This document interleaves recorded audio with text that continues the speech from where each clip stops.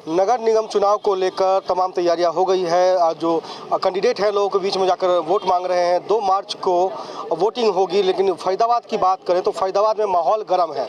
लोग किन मुद्दों पे वोट करेगी, किन मुद्दों के साथ जनता जुड़ेगी नेताओं के साथ, तमाम चीज़ें हैं जिसको लेकर मैं पहुंचा हूं वार्ड नंबर 28। और ये तिलपत गाँव है, बाबा सूरदास की नगरी है और इसी गाँव को गोद भी लिया गया था। हालांकि बात की जाए तो अब ये गाँव गोद में आ गया है और 28 नंबर वार्ड में मौजूद हूँ और यहाँ पर कुछ मौजूदा लोग हैं गाँव के। आप देखेंगे यहाँ पर जो लोग हैं वो बैठे हुए हैं और इन लोगों से बातचीत करने की कोशिश करेंगे और जानने की कोशिश करेंगे कि आखिर किन मुद्दों पे ये लोग वोट करेंगे और किन मुद्दों के साथ ये लोग जाएंगे। और तमाम लोग हैं गांव के। क्या नाम है बाबूजी? ओम प्रकाश। आप इसी गांव से हैं? बिल्कुल इसी गांव से। क्या लग रहा है, माहौल कैसा है इस बार? माहौल तो जैसे आजकल यहाँ पे दलबल चल रहे हैं, मुझे तो लगता है इंडिपेंडेंट कैंडिडेट का माहौल है यहाँ पे। बिल्कुल, क्योंकि बीजेपी के इतने सीनियर लीडर्स, इवन सीएम तक रोड शो करना पड़ रहा है उसको। इसका मतलब मामला गड़बड़ है। और जिस तरह से मेयर किसकी, कौन सी पार्टी बनाएगी, उसके लिए तो मैं नोटा यूज करूंगा। आप लोग नोटा यूज करेंगे? क्यों, आखिर ऐसा क्यों? बीजेपी शायद अब घमंडी पार्टी हो गई है बीजेपी, मेरे ख्याल से इतनी जीत उसको मिल गई है तो मुझे लग रहा है कि अब आदमी की कीमत आज नहीं जानते वो।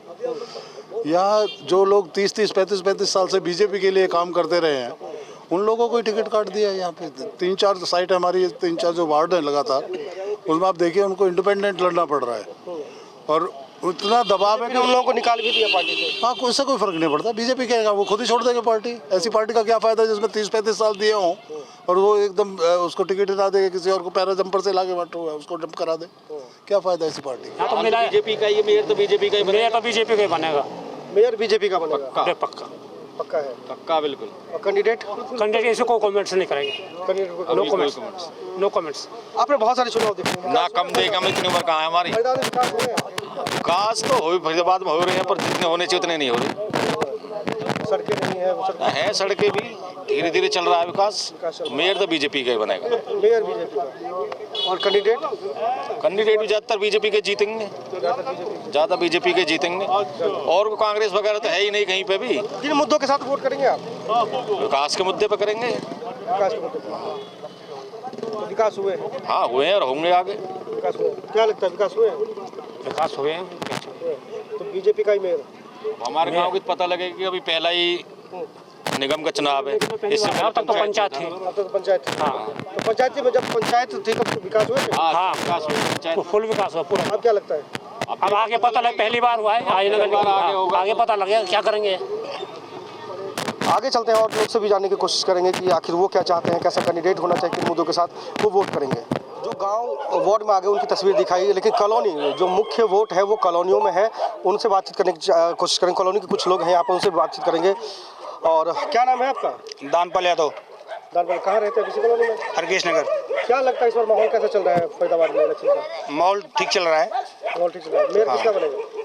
मेयर झाड़ू का बनेगा। झाड़ू का बनेगा या बीजेपी का बनेगा? नहीं, झाड़ू का। झाड़ू का। क्या लग रहा है इस बार काम हुए हैं बीजेपी सरकार में? नहीं, काम तो नहीं हो पाया है। क्या काम नहीं हुआ है? यहाँ पे रोडों की समस्या है सबसे ज़्यादा और नाली सीवर नहीं है, पब्लिक परेशान रहती है। देखिए जो नंगे तार लगे पड़े हैं, ये सब समस्या है। सरकारी स्कूल नहीं है इस कॉलोनी में, इतनी बसी हुई है। कोई पार्क नहीं है। तो चाहते हैं जो पार्क भी बने, कॉलोनी बने? हाँ चाहते हैं। देखिए कुछ और लोग हैं। क्या नाम है आपका? मेरा पप्पू मौर्य। पप्पू जी, आप भी कॉलोनी में रहते हैं? हाँ, क्या समस्या है कॉलोनी में? समस्या रोड की है, ये रोड बढ़िया नहीं है। बहुत बढ़िया नहीं। विकास नहीं हुआ कॉलोनी में? विकास कहाँ हो रहा है कॉलोनी में? विकास नहीं हो रहा है। सीवर होना चाहिए। क्या नाम है आपका? विनोद। आप प्रवासी हैं अभी? हाँ जी। क्या यहाँ पे क्या लग रहा है, क्या माहौल है? माहौल तो गलत ही है और क्या, सड़कें नहीं है, सीवर नहीं है, नालियाँ भी नहीं है, पानी बहता रहता है, यही समस्या है। और तो विकास कहाँ? सरकार कहती है हमने खूब विकास किया फरीदाबाद में। विकास कहाँ किया है? विकास करती तो दिखता नहीं। देख लो रोड को, और क्या सेक्टरों में विकास हुआ है? सेक्टरों में तो विकास सेक्टरों में हुआ, कॉलोनी में कहाँ हुआ? सेक्टरों में जो नेता नगरी जो है वो अपना करा लेते हैं, तो कॉलोनी कौन देखता है? कॉलोनी को नहीं दिख रहा है। कुछ इधर भी पीछे भी हैं। और देखिए क्या नाम है आपका? युवा है? सतीश चंद्र। क्या लगता है माहौल कैसा है इस बार? माहौल तो अच्छा है इलेक्शन का। युवा किस मुद्दे पे वोट करेगी इस बार? वोट तो ये करेगी, मतलब मेन मुद्दा होगा सफाई का, ये सब। सफाई फायदा। और क्या? कॉलोनी में सफाई नहीं होती है? नहीं, बिल्कुल नहीं। गंदगी ज़्यादा रहती है। पानी का सबसे बड़ी दिक्कत है कि रोडों पे छुड़ा रहता है पानी हमेशा। आप इधर आ जाइए, आप भी आ जाइए। क्या नाम है आपका? सूरज सिंह नाम है जी। सूरज। हाँ जी। क्या लगता है सूरज, इस बार माहौल कैसा है इलेक्शन का? कि बदलाव का माहौल है, कॉलोनी का माहौल है। कॉलोनी के पक्ष में मतदान करेंगे क्योंकि कॉलोनी को इग्नोर किया जा रहा है। जब सारे काम कॉलोनी वालों को खुद करना है, निजी फंड से करना है, अपने पास से चंदा इकट्ठा करके करना है, सारे काम खुद धक्के खाने हैं। छोटे से पेपर के लिए, छोटे से मृत्यु प्रमाण पत्र के लिए, जन्म प्रमाण पत्र के लिए धक्के खाने हैं। बच्चों का भविष्य खत्म किया जा रहा है। क्या हमारे कॉलोनी वाले के बच्चों का कोई फ्यूचर नहीं है? बच्चों का बचपन को खत्म किया जा रहा है। बच्चों के खेलने के लिए पार्क क्यों नहीं है? इन छोटे छोटे बच्चों के बचपन को खत्म करने का किसके ऊपर? बीजेपी ने कुछ टिकट भी काट दिया अपने बड़े बड़े नेताओं की। न, प्रकृति का नियम में बदलाव, उस बदलाव जो किया है वो अच्छा किया है। अगर पुराने आप आदमी प्रवासियों को भी तो टिकट मिला है, 2 टिकट तो दिए हैं नेहर में। तो प्रवासी जीत रहे, एक तरफा जीत रहे। जब तक चीजें बदलेगी नहीं, हर 5 साल में बदलाव करें। हाँ। जब तक अगर बीजेपी से है प्रत्याशी जीतेंगे। जो वार्ड नंबर बात की जाए 26 की बात की जाए, वार्ड नंबर 24 में प्रवासी को दिया है टिकट बीजेपी ने। वार्ड नंबर 25 में एक तरफा माहौल है बीजेपी का, वहाँ जीत रही है, वहाँ नो डाउट। क्योंकि कॉलोनी के लोग खुद उतर के। मेयर कैसा होना चाहिए? जी, मेयर के बारे में उतनी ज़्यादा नॉलेज नहीं है, पर जैसा भी हो, जो इन सारे पार्षदों को मिला के अपने अनुसार काम करा सके और जो विकास के लिए पढ़ा लिखा समझदार हो, क्षेत्र में जमीनी स्तर पे काम कर चुका हो, जो क्षेत्रीय मुद्दे को समझता हो, क्षेत्रीय भूगोल को समझता हो, क्षेत्रीय गणित को समझता हो, हर चीज़ को समझ के जो क्षेत्र के मुद्दे पे काम कर सकते हो। समस्या है, सबसे बड़ी समस्या फरीदाबाद के अंदर की यह समस्या है। हमारे कॉलोनियों के अंदर कोई भी किसी प्रकार की सरकारी डिस्पेंसरी नहीं होना। हमारा स्कूल की शिक्षा व्यवस्था के और जो कंडीशन है, आप सरकारी स्कूल के अंदर देख रहे हैं, एक तो है नहीं, जो है वो बंद कंडीशन में है। और डिस्पेंसरी नाम की तो चीज़ ही नहीं है। जो सरकारी डिस्पेंसरी है वहाँ पे कुत्ते भौंक रहे हैं। सरकारी डिस्पेंसरी कागजों में चल रहे हैं, पर जमीनी स्तर पे कोई डिस्पेंसरी नहीं चल रहा। क्या व्यवस्था है यहाँ पे? शिक्षा की व्यवस्था? शिक्षा की व्यवस्था, स्कूल बंद पड़े हैं, आप व्यवस्था क्या समझ सकते हो? बच्चे जब प्राइवेट में मजबूर हो रहे हैं, कर्जे में ब्याज पे ले लेके लोग मजबूर हैं अपने बच्चों को सरकारी स्कूल के जगह प्राइवेट स्कूल में पढ़ाने के लिए, क्योंकि सुविधा नहीं है यहाँ पे। तो चाहते हैं सुविधा मिले। सुविधा के अभाव के कारण प्राइवेट स्कूल की तरफ मूव कर रहे हैं। और जितने भी प्राइवेट स्कूल के संचालक हैं, जो नेता नगरी से जुड़े हुए हैं, वो बड़े हो, उनको उगने नहीं दे रहे हैं। जो भी प्रत्याशी मार्केट में उतर रहे हैं, मैदान में उतर रहे हैं, उन्हीं का माहौल भी है क्या प्रवासी को लेकर? प्रवासी हमेशा डर के माहौल में। आप वार्ड नंबर 26 में देख रहे हैं, प्रवासी कैंडिडेट को टिकट देने के बावजूद कोई सुरक्षा नहीं है। वहाँ पे बीजेपी ने कोई कुछ नहीं किया, मार पिटाई कर दी जा रही है। जब पार्षद के चुनाव लड़ने वाले प्रत्याशी पिट जा रहा है, तो जनता के अंदर भय का माहौल तो होगा ही। कुछ और लोग हैं, जानेंगे। क्या नाम है आपका? मेरा नाम चंदन झा है। चंदन जी, क्या लगता है इस बार माहौल कैसा चल रहा है पूरे फरीदाबाद की बात करें तो? इस बार बदलाव की लड़ाई है। लोग प्रवासी साथी हमारे बहुत सारे निकल के आए हैं। जो आप देख रहे होंगे कॉलोनियाँ जो हैं, पार्टियों से प्रवासी का चुनाव लड़ रहे, बीजेपी से भी। जी, सभी पार्टियों से प्रवासियों को टिकट मिली है। ये एक बदलाव है, एक तरीके का राजनीतिक बदलाव है। राजनीतिक पार्टियों के अंदर चेतना जागी है।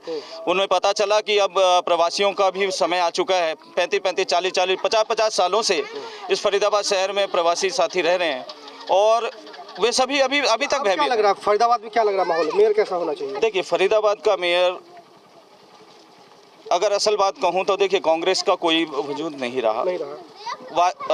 भाजपा पहले भी करती आई है। चला, भाजपा के मेयर रहे, उन्होंने क्या किया, कैसा किया, वो आप देख ही रहे हैं। इस बार एक नए चेहरे को चांस मिलना चाहिए। मेरा मानना यह है, आम आदमी पार्टी एक तीसरे मोर्चे की तरह है और इनको समय अगर दिया जाए, इनको एक बार मौका दिया जाए, तो जैसे दिल्ली में इन्होंने बदलाव किया, शायद हमारे क्षेत्र में, हमारे फरीदाबाद शहर को भी एक अच्छा। दिल्ली में तो फिर बीजेपी आ गई, वो एक अलग पॉइंट है सर। देखिए, चुनाव है, बदलाव प्रकृति का नियम है, जैसा मैंने अभी आपको कहा था। बदलाव तो होता ही रहना चाहिए, क्योंकि अहम हो जाता है किसी भी सरकार को ज़्यादा दिन रहते हुए ना, एक अहम का माहौल हो जाता है, अहम आ जाता है कि मैं ही सब कुछ हूँ। क्या लगता है बीजेपी कितनी सीटें निकाल पाएंगे? देखिए, बीजेपी की सीटों की अगर बात कहूँ तो लड़ाई तगड़ी है, कड़ी है। जहाँ पे प्रवासी कैंडिडेट हैं बीजेपी के, वहाँ जीतने की उम्मीदें ज़्यादा हैं। और जिन लोगों की टिकटें कटी हैं वो निर्दलीय रूप में उनका सामने आए हैं, लेकिन उनका प्रभाव ज़्यादा नहीं पड़ रहा है मार्केट में। बीजेपी ने निकाल भी तो दिया उनको पार्टी से। बिल्कुल, पार्टी से निष्कासित कर दिया। इसके बाद और विपरीत हुआ है उनके माहौल, और इसका फ़ायदा आम आदमी पार्टी को मिलेगा। निर्दलीय को नहीं मिलेगा। निर्दलीयों को कोई फायदा नहीं मिलने वाला है, क्योंकि निर्दलीय पे देखिए एक पार्टी का कैंडिडेट पार्टी के मुद्दे क्या है इस चुनाव में? देखिए बहुत सारे मुद्दों की तो कोई कमी नहीं है, मुद्दों की भरमार है। पूरा फरीदाबाद शहर एक तरीके से भ्रष्टाचार का एक जीता जागता उदाहरण रहा है। यहाँ पे न सीवर की व्यवस्था है, न रोड रास्ते की व्यवस्था है। विकास कहाँ हुआ? सरकार कहती है विकास हमने खूब किया। विकास कागजों में हुआ है, उनकी फाइलों में हुआ है, दबा हुआ है। आप ढूंढ के निकालिए, उनके पेपरों में इतने 200 करोड़ का घोटाला भी नगर निगम उजागर हुआ। बिल्कुल हुआ था सर, लेकिन उसके बाद वो फाइल भी बंद हो चुकी है, उस पर भी कोई कार्रवाई नहीं हो रही है जहाँ तक आपको पता होगा। एक भी व्यक्ति को अंदर नहीं लग रहा है जो बदलाव की लहर है और बदलाव के साथ जो बिल्कुल जनता बदलाव के साथ जाएगी और इस बार तीसरा मोर्चा चुनेगी, मुझे ऐसा पूरा विश्वास है, ऐसा लगता है। मैं भी आम आदमी का सपोर्टर रहा हूं, पहले मैंने भाजपा को भी सपोर्ट किया, मैंने कांग्रेस को भी सपोर्ट किया, लेकिन मैं भी चाहता हूं कि इस बार बदलाव हो और बदलाव की राजनीति होनी चाहिए। बड़ी बड़ी पार्टियों को समझ में आ चुका है। देखिए बदलाव की राजनीति होनी चाहिए और इसी मुद्दे को लेकर ये लोग वोट करेंगे इस बार। खासतौर पर बात की जाए तो हमेशा से ही कॉलोनियों की जो लोग हैं उनकी मांग रही है, उनको कुछ ज़्यादा कुछ नहीं, उनको सड़कें, बिजली और जो सीवरेज की व्यवस्था है वो दुरुस्त चाहिए। इसके अलावा उनको कोई खास ज़रूरतें नहीं है। स्कूल की व्यवस्था हो जाए तो और बेहतर है, क्योंकि उनके बच्चे अभी प्राइवेट स्कूल में पढ़ ही रहे हैं। लेकिन इस बार बदलाव की जो बयार बह रही है और इस बार जो बात करें जनता किन मुद्दों पे वोट करेगी, जनता ने अपना मूड बना लिया है और जो मूड बना है उसी के मुताबिक इस बार जनता वोट करेगी। फरीदाबाद से ईटी भारत के लिए मुकेश कुमार।